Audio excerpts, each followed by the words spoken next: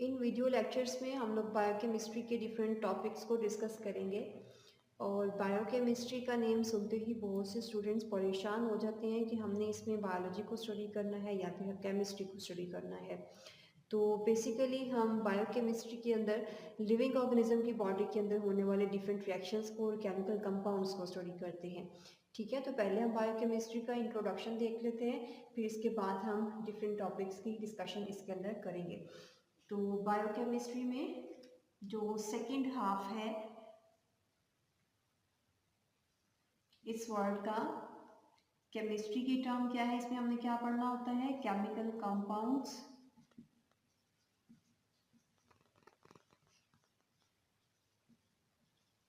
And chemical compounds के दरमियान होने वाले डिफरेंट केमिकल रिएक्शंस को।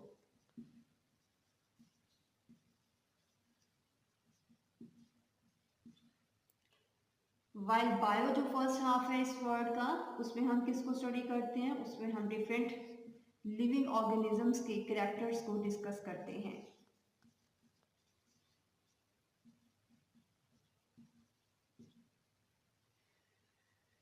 तो बेसिकली बायोकेमिस्ट्री के अंदर हम chemical compounds and chemical reactions को भी स्टडी करेंगे, लेकिन ये वो वाले केमिकल कंपाउंड्स और वो वाले केमिकल रिएक्शंस हैं जो कि लिविंग ऑर्गेनिज्म की बॉडी के अंदर हो रहे होते हैं। वो सारे केमिकल कंपाउंड्स या वो सारे रिएक्शंस जो कि लिविंग ऑर्गेनिज्म की बॉडी के अंदर नहीं होते हैं, वो हम यहाँ पे बायोकेमिस्ट्री के अंदर डिस्कस नहीं करेंगे। ठीक है, तो इस सब्जेक्ट में आप लोगों ने केमिकल कंपाउंड्स एंड रिएक्शंस को ही स्टडी करना है, लेकिन ये केमिकल कंपाउंड्स एंड रिएक्शंस जो है कहाँ पे हो रहे होते हैं, ये लिविंग ऑर्गेनिज्म की बॉडी के अंदर हो रहे होते हैं। इन तीनों वर्ड्स को लेके हम बायोकेमिस्ट्री की डेफिनेशन बना सकते हैं, और डेफिनेशन क्या होगी, केमिकल प्रोसेसेस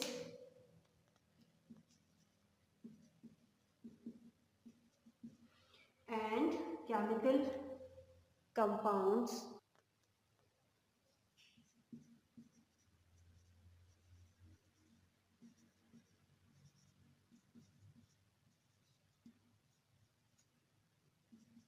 केमिकल कंपाउंड्स और सब्सटेंसेस भी आपके लिए इसके लिए टर्म यूज कर सकते हो,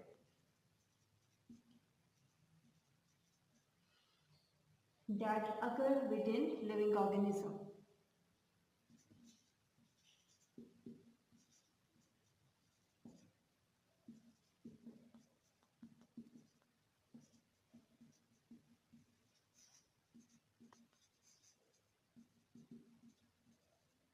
ठीक है, सो ये सिंपल सी डेफिनेशन है। हमने इन्हीं तीनों वर्ड्स को कंबाइन करके इसकी डेफिनेशन बना ली है कि केमिकल प्रोसेसेस हैं, मीन्स के केमिकल रिएक्शन हो रहे हैं, और केमिकल कंपाउंड्स या फिर सब्सटेंसेस जो कहाँ पे प्रेजेंट होते हैं, लिविंग ऑर्गेनिज्म की बॉडी के अंदर प्रेजेंट होते हैं। तीन चीज़ें आप लोगों ने बायोकेमिस्ट्री की डेफिनेशन के अंदर बतानी है कि प्रोसेसेस या रिएक्शंस, और इसके अलावा रिएक्शंस के अलावा वो कंपाउंड्स जो कि रिएक्शन करवा रहे होते हैं। और ये कंपाउंड्स एंड रिएक्शंस आप कहाँ पे स्टडी कर रहे हो, लिविंग ऑर्गेनिज्म की बॉडी के अंदर डिस्कस कर रहे हो। ये सिंपल से इसकी डेफिनेशन है, आई होप कि आपको क्लियर हो गई होगी। बट लिविंग ऑर्गेनिज्म की बॉडी के अंदर जितने भी रिएक्शंस हो रहे होते हैं, केमिकल प्रोसेसेस हो रहे होते हैं, उसके लिए हम कलेक्टिवली एक टर्म यूज करते हैं मेटाबॉलिज्म की।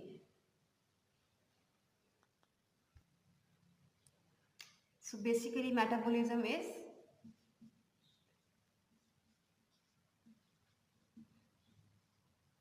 all chemical reactions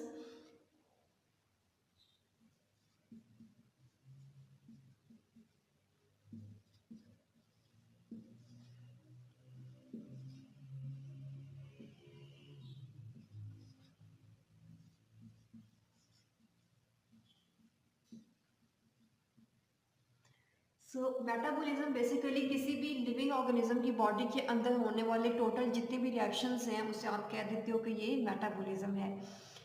ठीक है, और ये जो केमिकल रिएक्शंस हैं ये लिविंग ऑर्गेनिज्म के सर्वाइवल के लिए नेसेसरी होती हैं। अगर ये रिएक्शंस नहीं होंगे तो लिविंग ऑर्गेनिज्म जो है वो जिंदा नहीं रह सकेंगे और उनकी डेथ हो सकती है। अब जितने भी रिएक्शंस लिविंग ऑर्गेनिज्म की बॉडी के अंदर हो रहे होते हैं, फर्दर इससे हमने डिवाइड किया हुआ है दो टाइप्स के अंदर। एक को हम कहते हैं ये एनाबोलिज्म है, और सेकेंड टाइप को हम कहते हैं ये कैटाबोलिज्म है।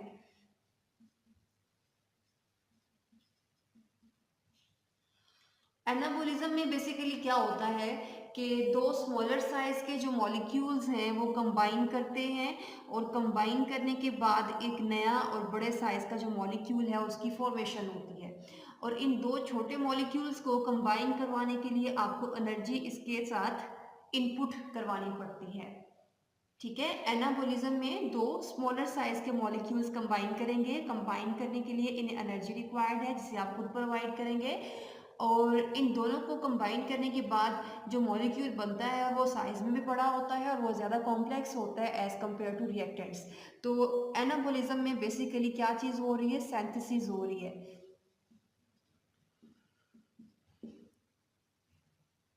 और कैटाबोलिज्म में क्या होता है कि एक बड़े साइज का और कॉम्प्लेक्स मॉलिक्यूल है, इसे ब्रेक डाउन करवाया जाता है स्मॉलर साइज के मॉलिक्यूल्स के अंदर, और इस प्रोसेस में एनर्जी रिलीज होती है और इस एनर्जी को हम यूज़ करते हैं अपनी डिफरेंट एक्टिविटीज़ करने के लिए।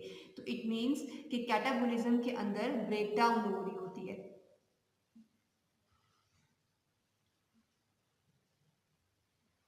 ठीक है, तो चाहे लिविंग ऑर्गेनिज्म की बॉडी के अंदर ब्रेक डाउन हो रही है या सिंथेसिस हो रही है किसी चीज़ की, ब्रेक डाउन को आप बोलोगे ये कैटाबोलिज्म हो रहा है, और रिएक्शंस को आप बोलोगे ये कैटाबोलिक रिएक्शंस हैं। सिंथेसिस की प्रोसेस को आप बोलोगे ये एनाबोलिज्म है, और रिएक्शंस को आप बोलोगे ये एनाबोलिक रिएक्शंस हैं। Anabolic reactions and catabolic reactions ये दोनों कंबाइन करके हमारी बॉडी के सारे रिएक्शंस को कंट्रोल करती हैं, और इस प्रोसेस को हम कहते हैं ये हमारी बॉडी का मेटाबॉलिज्म है, जिसमें डिफरेंट केमिकल रिएक्शंस इन्वॉल्व हैं। वो केमिकल रिएक्शंस जो हैं वो किसी चीज़ की सिंथेसिस हो सकती है या किसी चीज़ की ब्रेक डाउन हो सकती है। ठीक है, कलेक्टिवली सारे रिएक्शंस को जो हमारे लिविंग ऑर्गेनिज्म की बॉडी के मेंटेन करने के लिए रिक्वायर्ड होती हैं उसे हम कह देते हैं ये मेटाबॉलिज्म है। अभी हमने बायोकेमिस्ट्री के अंदर जो देख रहे थे कि किस तरह की केमिस्ट्री होनी चाहिए लिविंग ऑर्गेनिज्म की बॉडी के अंदर, उनमें से केमिकल रिएक्शंस को देखा है कि लिविंग ऑर्गेनिज्म की बॉडी के अंदर होने वाले केमिकल रिएक्शंस को हम कहते हैं ये मेटाबॉलिज्म है, जिसकी फर्दर हमने 2 टाइप्स भी देखी, एनाबॉलिज्म एंड कैटाबॉलिज्म की। और अब हम देख लेते हैं कि लिविंग ऑर्गेनिज्म की बॉडी के अंदर जो केमिकल कंपाउंड्स होते हैं उनकी नेचर क्या होती है। बेसिकली हम डिफरेंट मॉलिक्यूल्स की भी बात करने लगे हैं। केमिकल कंपाउंड्स जो हमने सेकंड कैटेगरी देखी है लिविंग ऑर्गेनिज्म की बॉडी के अंदर, बेसिकली केमिकल कंपाउंड्स मींस कि हम यहाँ पे मॉलिक्यूल्स की बात कर रहे हैं।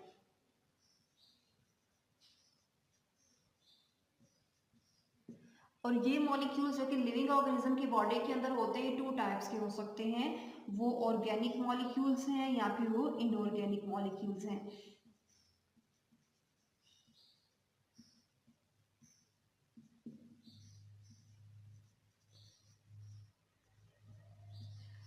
ऑर्गेनिक मॉलिक्यूल्स बहुत सारे मॉलिक्यूल्स होते हैं जिनमें कार्बन हाइड्रोजन के साथ एक रेशो में प्रेजेंट होती है,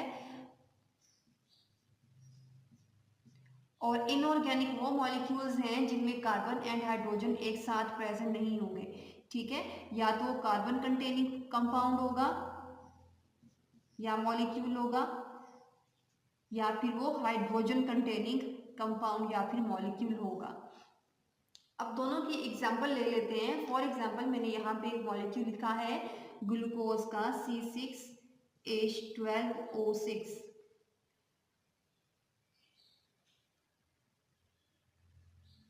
ग्लूकोज के अंदर कार्बन भी है और हाइड्रोजन भी है, तो दोनों की प्रेजेंस की वजह से आप ग्लूकोज के मॉलिक्यूल को कहते हो कि ये ऑर्गेनिक मॉलिक्यूल है। वाइल एक में मॉलिक्यूल लिख रही हूँ कार्बन डाइऑक्साइड एंड एक में मॉलिक्यूल लिख रही हूँ वाटर। कार्बन डाइऑक्साइड का मॉलिक्यूल सेपरेट है, वाटर का मॉलिक्यूल सेपरेट है। कार्बन डाइऑक्साइड के मॉलिक्यूल के अंदर जस्ट कार्बन प्रेजेंट है, वहाँ पे हाइड्रोजन नहीं है, और वाटर के मॉलिक्यूल के अंदर हाइड्रोजन प्रेजेंट है और कार्बन नहीं है। तो इट मीन्स कि ये जो दो मॉलिक्यूल्स हमने ड्रॉ किए हैं ये दोनों इनऑर्गेनिक मॉलिक्यूल्स हैं। इनके अंदर कार्बन और हाइड्रोजन तो है लेकिन ये दोनों एक साथ नहीं, डिफरेंट मॉलिक्यूल्स के अंदर है। ठीक है, तो कार्बन भी प्रेजेंट अगर है तो डिफरेंट मॉलिक्यूल होगा, और हाइड्रोजन डिफरेंट मॉलिक्यूल्स के अंदर होती है। एक मॉलिक्यूल में दोनों एक साथ प्रेजेंट नहीं है in case of inorganic molecule, while organic molecule के केस में कार्बन एंड हाइड्रोजन दोनों एक ही मॉलिक्यूल में प्रेजेंट होती हैं। ठीक है। तो ऑर्गेनिक एंड इनऑर्गेनिक दोनों टाइप्स के मॉलिक्यूल्स लिविंग ऑर्गेनिज्म की बॉडी के अंदर होते हैं। इसके अलावा जो मॉलिक्यूल लिविंग ऑर्गेनिज्म की बॉडी के अंदर है उनको हमने एक और कैटेगरी की बेस पे डिवाइड किया हुआ है और वो है माइक्रो एंड मैक्रो मॉलिक्यूल्स। और ये जो डिवीजन है ये डिवीजन उनके वेट की बेस पे है, ठीक है। So micro molecules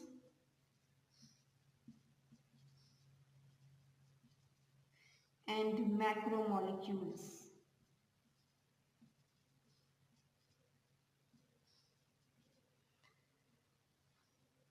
okay, micro का मीनिंग आप सबको पता है स्मॉल होता है और मैक्रो मीन्स लार्ज होता है। तो अब स्मॉलर एंड लार्जर क्या है इन माइक्रो एंड मैक्रो मॉलिक्यूल्स के अंदर? वो मॉलिक्यूल्स जिनका मॉलिक्यूलर वेट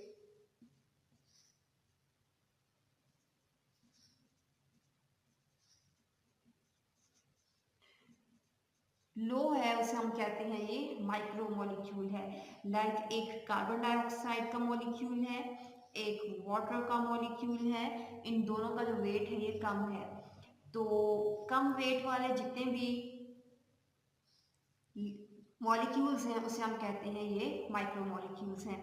वाइल वो सारे मॉलिक्यूल्स जिनका मास ज़्यादा होता है, जिनका मॉलिक्यूलर वेट ज़्यादा है, हाई है, उसे आप कहते हो ये मैक्रो मॉलिक्यूल्स हैं। लाइक अगर हम एग्जांपल लें कोई भी पॉलीसैकेराइड्स की, ये पॉलीसैकेराइड्स क्या होते हैं आगे हम देखेंगे, प्रोटीन्स की, ये जितने भी हमारे लार्ज साइज के मॉलिक्यूल हैं जिनमें मिलियंस की फॉर्म में मॉलिक्यूल्स कंबाइन करके एक मॉलिक्यूल को बना रहे होते हैं, उसे आप कहते हो कि ये मैक्रो मॉलिक्यूल्स हैं। आगे इन सब की डिटेल हमने पढ़नी है, ठीक है। तो केमिकल कंपाउंड्स जो कि लिविंग ऑर्गेनिज्म के अंदर हैं उनकी डिवीजन हमने दो बेसिस पे पढ़ी। एक तो उनकी नेचर क्या है, क्या उसके अंदर कार्बन एंड हाइड्रोजन है या फिर ये कार्बन हाइड्रोजन डिफरेंट मॉलिक्यूल्स के अंदर है, एक साथ प्रेजेंट नहीं है किसी भी मॉलिक्यूल में, तो वो ऑर्गेनिक एंड इनऑर्गेनिक थे। और सेकेंड जो डिवीजन अभी हमने पढ़ी है ये डिवीजन उनके वेट की बेसिस पे है। जिसका वेट लो है उसे हम कहते हैं माइक्रो मॉलिक्यूल है, जिसका वेट हाई है उसे हम कहते हैं मैक्रो मॉलिक्यूल है। इसकी कुछ एग्जांपल्स मैंने साथ लिखती हैं, लेकिन आगे जब हम डिटेल पढ़ेंगे तो तब आपको मजीद क्लियर हो जाएगा कि इसे हमने मैक्रो मॉलिक्यूल्स क्यों कहा था और इन्हें हमने माइक्रो मॉलिक्यूल्स क्यों कहा था, ठीक है। सो ये बेटे बायोकेमिस्ट्री का इंट्रोडक्शन था और इसमें आप लोगों ने देखा कि बेसिकली इसमें आपने बायो को ही स्टडी करना है, लिविंग ऑर्गेनिजम्स को ही स्टडी करना है, लेकिन लिविंग ऑर्गेनिज्म के अंदर किस चीज़ को स्टडी करना है कि लिविंग ऑर्गेनिज्म के अंदर कौन कौन से रिएक्शंस हो रहे हैं और लिविंग ऑर्गेनिज्म की बॉडी के अंदर कौन कौन से केमिकल कंपाउंड्स हैं, ठीक है। तो बेसिकली बायोकेमिस्ट्री जो है ये बायो की ही ब्रांच है जिसके अंदर आप लोग केमिकल कंपाउंड्स एंड रिएक्शंस को स्टडी करते हो। ओके, सो ये इंट्रोडक्शन था बायोकेमिस्ट्री का। नेक्स्ट वीडियो में इंशाल्लाह हम देखेंगे कि बायोकेमिस्ट्री के अंदर हमने कौन कौन से केमिकल कंपाउंड्स या बायोपॉलीमर्स को पढ़ना है या बायोमोलिक्यूल्स को पढ़ना है, ठीक है। तो इंट्रोडक्शन में मेरा बेटा कोई भी क्वेश्चन है तो आप इस वीडियो के नीचे कमेंट करके पूछ सकते हो।